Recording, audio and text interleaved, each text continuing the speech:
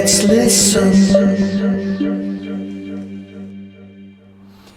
Hey everyone, this special edition of Man on the Street is the beginning of this show, taking a look at the tribute artist, the impersonator, and the look-alike. For some reason, this part of the country is full of people that fall into those categories, mostly men. Some of these people have an incredible resemblance and talent that helps them recreate a celebrity persona to the masses, while others are just passionate fans paying tribute to the artists and celebrities they love. In the coming episodes, we're going to talk to these people, get to know a little bit about them, their motivation, and the lives they live. This episode is part one of Man on the Street, talking with the tribute artist, the impersonator, and the look-alike.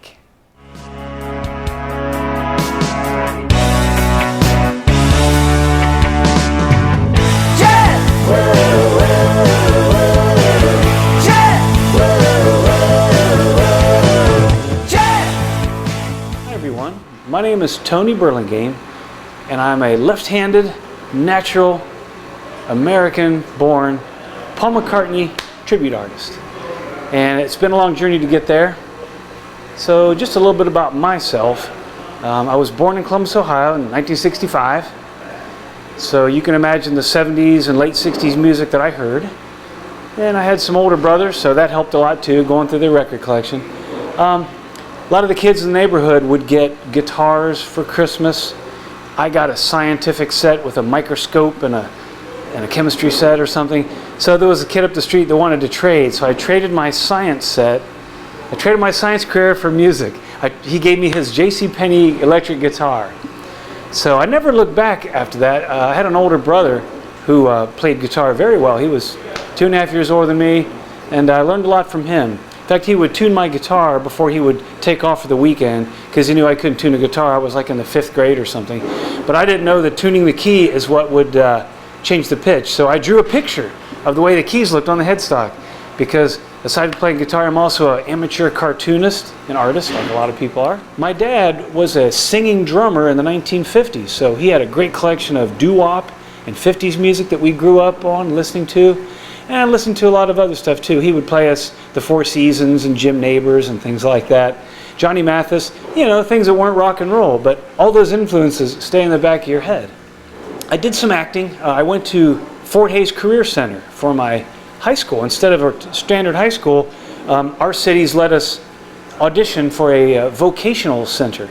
So I auditioned and I got in.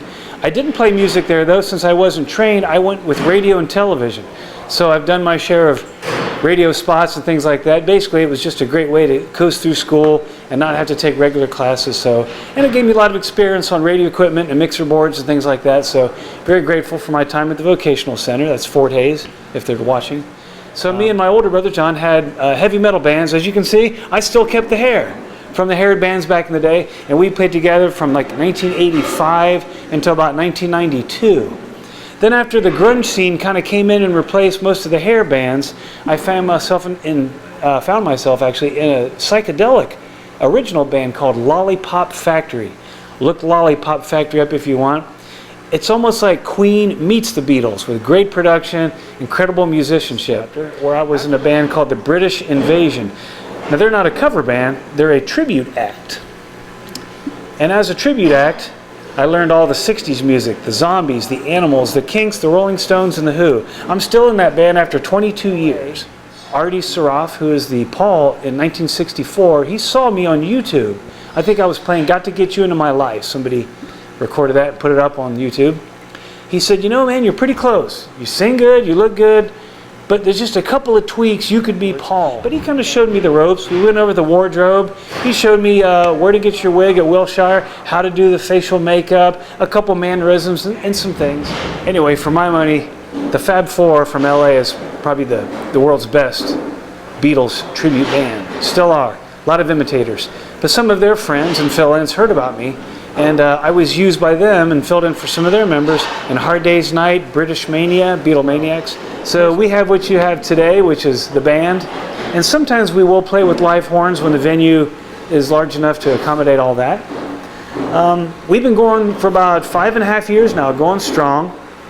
I do the entire Wings era, We also do some throwback Beatles music, some of Paul's 80s music. We haven't thrown anything more modern than that. We've really got it down to a nice tight ship here. It's me and Rob and Sarah and Phil and Lair, and we're based out of Columbus, Ohio still. We travel to Florida, LA, we do a lot of shows in Pennsylvania, Michigan. In fact, we're in Michigan right now as I speak. Paul is now on tour this year in 2022. It just seems to stir more interest in the Beatles and Paul McCartney, so I think I will be busy for quite a while. So thanks for listening to me ramble, and thank you, Jamie, for having me on the show. This is Tony Burlingame of the McCartney Project. Thanks a bunch. Suddenly, I'm not half the man I used to be. There's a shadow hanging over me. Oh, yesterday came suddenly. You think the people would hang up the silly love song? I look around me and I see it so. Oh no. Some people wanna fill the world with silly love songs. They wanna call it that. I like to know. Until I go. Oh yeah. I can almost remember the funny faces. Like Jerry told him that you're gonna be married soon. And Jax, I thought the only lonely place